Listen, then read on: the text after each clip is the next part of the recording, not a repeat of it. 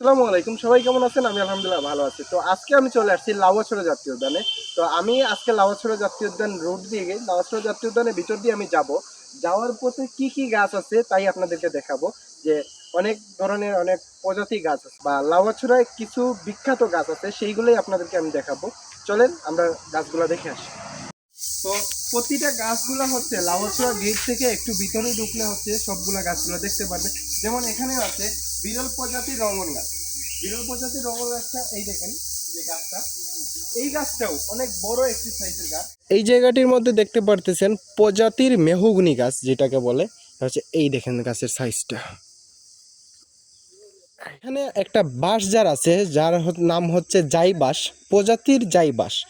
এই বাঁশের ঝাড়টা দেখতেছেন অনেক পুরাতন, বা আশেপাশে আরও ঝাড় আছে সেইগুলো অনেক পুরাতন বাঁশ ঝাড়। তো এরকম আরও নতুন নতুন ভিডিও মিস না করতে চাইলে আমার ফেসবুক পেজটিকে ফলো দিয়ে রাখুন এবং লাইক কমেন্ট শেয়ার করে দেবেন।